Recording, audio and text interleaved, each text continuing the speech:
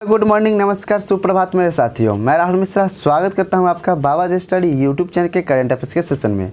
तो फ्रेंड्स, आज है 7 अगस्त और 7 अगस्त के इंपॉर्टेंट करंट अफेयर्स के क्वेश्चन को मैं इस वीडियो में डिस्कस करूंगा, जो कि आपके आने वाले किसी भी वनडे कॉम्पिटिटिव एग्जाम के लिए मोस्ट हेल्पफुल रहने वाले हैं। और हाँ फ्रेंड्स, यदि आप इस करंट अफेयर्स के PDF फाइल प्राप्त करना चाहते हैं तो आप बाबा जी स्टडी टेलीग्राम चैनल को ज्वाइन कर सकते हैं, जिसका लिंक आपको डिस्क्रिप्शन बॉक्स में दे रखा है। तो चलिए फ्रेंड्स, स्टार्ट करते हैं आज के टॉप 10 करंट अफेयर्स क्वेश्चन को। तो हमारा आज का पहला प्रश्न है कि निम्न में किसको national institute of pharmacy and nutrition Hungary से गुड मैन्युफैक्चरिंग प्रैक्टिस का प्रमाण पत्र मिला है, यानी GMP का प्रमाण पत्र किसे मिला है? तो वह मिला है आपको कोवैक्सीन को।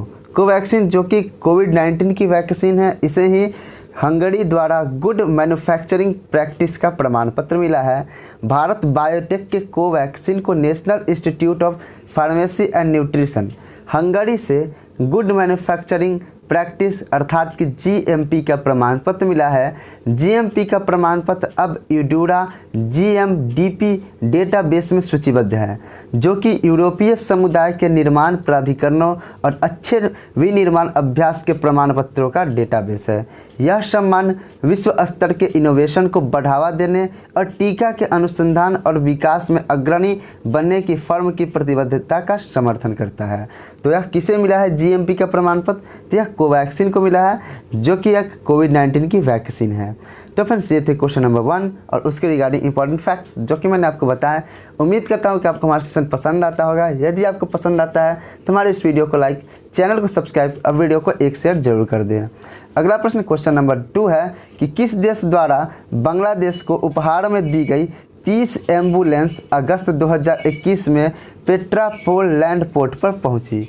तो भारत द्वारा बांग्लादेश को उपहार में दी गई 30 एम्बुलेंस 5 अगस्त 2021 को पेट्रापोल लैंड पोर्ट पर पहुंची। सीमा और अनौपचारिकता पूरी होने के बाद वे बांग्लादेश में बेनापोल लैंड पोर्ट में प्रवेश करेंगी।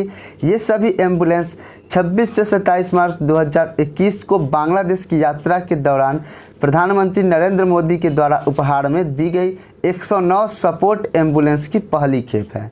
109 एम्बुलेंस बांग्लादेश को भारत सरकार देगी, जो कि मोदी सरकार द्वारा उन्हें गिफ्ट के तौर पर दिया जा रहा है।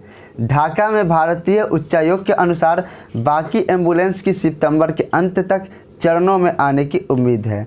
प्रत्येक एम्बुलेंस की भारतीय कीमत 18,17,200 रुपये है, जो कि बांग्लादेशी मुद्रा में 20,20,200 टका होगा। अगला क्वेश्चन नंबर 3 है, किस देश ने केमिकल वाली सन स्क्रीन पर प्रतिबंध लगा दिया है, जो इसके सभी समुद्री राष्ट्रीय उद्यानों में कोरल का नुकसान पहुंचाती है? तो थाईलैंड ने, किसने? थाईलैंड ने ऐसे केमिकल वाली सन स्क्रीन पर प्रतिबंध लगा दिया है जो इसके सभी समुद्री राष्ट्रीय उद्यानों में कोरल को नुकसान पहुंचाती है। पर्यटकों द्वारा धूप से बचाव के लिए इस्तेमाल किए जाने वाले लोशन धीमी गति से बढ़ने वाले कोरल को नुकसान पहुंचा रहा है। आमतौर पर सनस्क्रीन में पाए जाने वाले 4 केमिकल जो कोरल लार्वा को नष्ट करने, कोरल के प्रजनन की बाधा डालने और रीफ ब्लीचिंग का जिम्मेदार पाया गया है। प्रतिबंध का उल्लंघन करने वाले किसी भी व्यक्ति पर 10,000 बाट तक का जुर्माना लगाया जा सकता है। प्रतिबंधित लोशन वे हैं जिनमें ऑक्सीबेंजोन, ऑक्टीनॉक्सेन, 4 मिथाइलबेंजीडीन, कैम्फर या ब्यूटिल पैराबेन होते हैं। इस तरह के प्रतिबंध प्रशांत द्वीप, पलाऊ और अमेरिका राज्य हवाई द्वारा लगाए गए हैं। तो यह कहाँ पे लगाया गया है? तो थाईलैंड में लगाया गया है। थाईलैंड में आप कोई भी लोशन जो कि सन इफ़ेक्ट को आपके चेहरे पर नहीं पड़ने देता है, उसको आप लगाकर नहीं चल सकते हैं। अगर आप इसके दोषी पाए गए तो आपको जुर्माना भरना होगा। अगला प्रश्न संख्या 4 है। प्रश्न संख्या 4 है हमारा कि प्रधानमंत्री नरेंद्र मोदी ने घोषणा की है कि राजीव गांधी खेल रत्न पुरस्कार को अब मेजर ध्यानचंद खेल रत्न पुरस्कार के रूप में जाना जाएगा। मेजर ध्यानचंद को पद्म भूषण किस वर्ष मिला था? तो प्रधानमंत्री नरेंद्र मोदी ने घोषणा की कि राजीव गांधी खेल रत्न पुरस्कार को अब मेजर ध्यानचंद खेल रत्न पुरस्कार के रूप में जाना जाएगा। ध्यानचंद को कई मामलों से संबंधित किया गया, जिनमें 1956 में भारत का तीसरा सर्वोच्च नागरिक सम्मान पद्म भूषण से नवाजा गया। कब नवाजा गया? 1956 में मेजर ध्यानचंद को पद्म भूषण से नवाजा गया।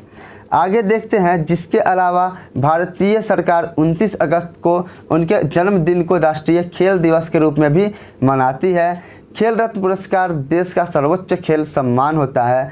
प्रतिष्ठित पुरस्कार में 25 लाख रुपए की पुरस्कार राशि होती है। अतीत में पुरस्कार प्राप्त करने वाले विराट कोहली, हॉकी के दिग्गज सरदार सिंह, सानिया मिर्जा, महेंद्र सिंह धोनी, विश्वनाथन आनंद, धनराज पिल्लई और सचिन तेंदुलकर शामिल है, जिसे मेजर ध्यानचंद पुरस्कार से सम्मानित किया गया है। अगला प्रश्न संख्या 5 देखते हैं। प्रश्न संख्या 5 है हमारा कि दुनिया भर में किस दिन को हिरोशिमा दिवस के रूप में मनाया जाता है? तो दुनिया भर में 6 अगस्त को हिरोशिमा दिवस के रूप में मनाया जाता है। 6 अगस्त को दुनिया भर में हिरोशिमा दिवस के रूप में मनाया जाता है। वर्ष 2021 द्वितीय विश्व युद्ध के अंतिम वर्ष से जापानी शहर पर परमाणु बमबारी की 76वीं वर्षगांठ को चिन्हित करता है। यानी कि 1945 में इसी दिन संयुक्त राज्य अमेरिका ने हिरोशिमा शहर में पहला डिप्लॉय परमाणु बम गिराया था।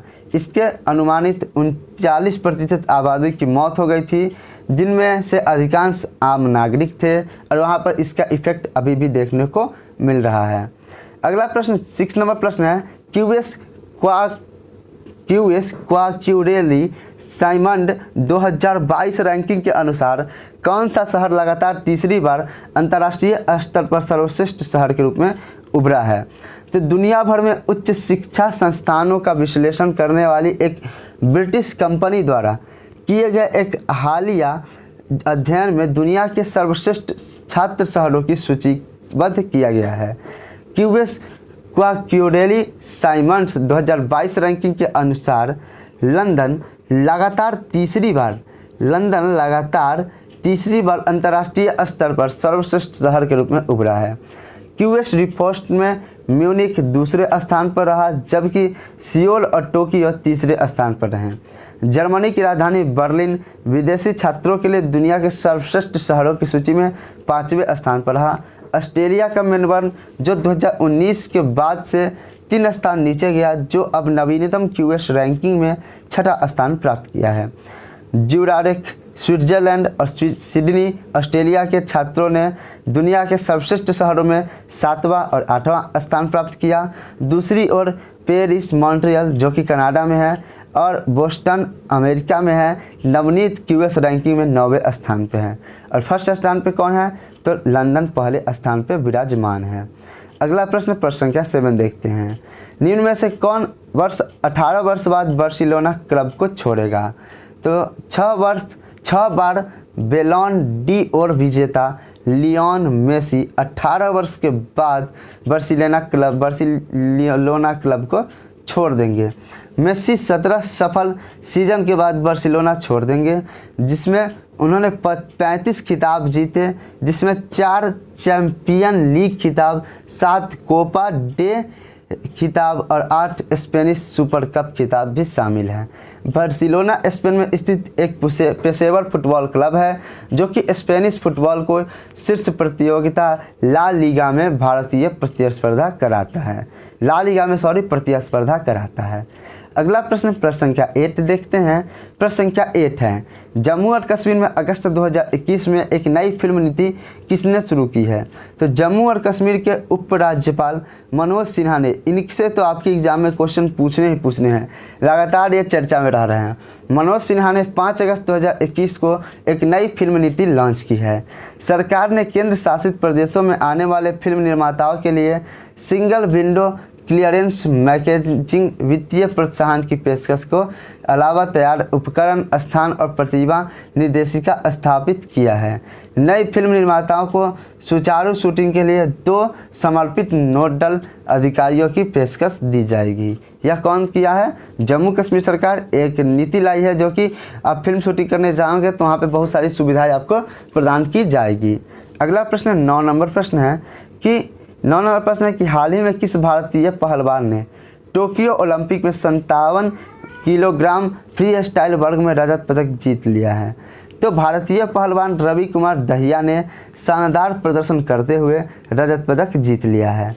5 अगस्त 2021 को 57 किलो फ्री स्टाइल वर्ग के फाइनल में रवि दहिया को दूसरी वरीय रूप से ओलंपिक समिति के पहलवान जापुर युगेव 7-4 से मात दी।